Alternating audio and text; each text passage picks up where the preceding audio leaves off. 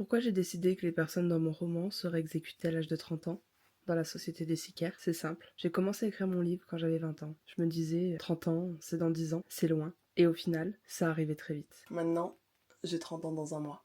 À 20 ans, j'avais déjà cette pression sur les épaules. Cette idée qu'à 30 ans, je devrais avoir réussi, avoir accompli des choses, fait mes preuves. C'est un peu comme le cliché de si t'as pas une Rolex à 30 ans, t'as raté ta vie. Sauf qu'en vrai, ça va bien au-delà des montres. C'est cette pression sociale, sourde. Avoir des enfants à un certain âge, être marié, avoir un CDI, un prêt, une maison. Depuis mes 20 ans, on me demande. C'est pour quand les enfants? C'est pour quand le mariage? C'est pour quand l'achat de la maison? Comme si t'as pas tout ça à 30 ans, t'es en retard, t'as loupé le coche. Ta vie, elle est gâchée. Et c'est exactement ça que j'ai voulu représenter dans mon roman. Dans ce monde-là, les personnes sont forcées à avoir des enfants jeunes pour avoir le temps de les élever avant leur exécution. Leur vie se termine officiellement à 30 ans. Et finalement, est-ce que c'est si loin de ce qu'on vit?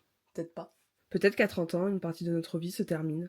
Pas notre vie entière, non, mais notre vie d'enfant, de rêveur. On rentre dans une bulle que la société a construite pour nous. On se stabilise, on se conforme, on devient sérieux, on s'endette, on s'engage. Peut-être qu'on s'éteint un peu.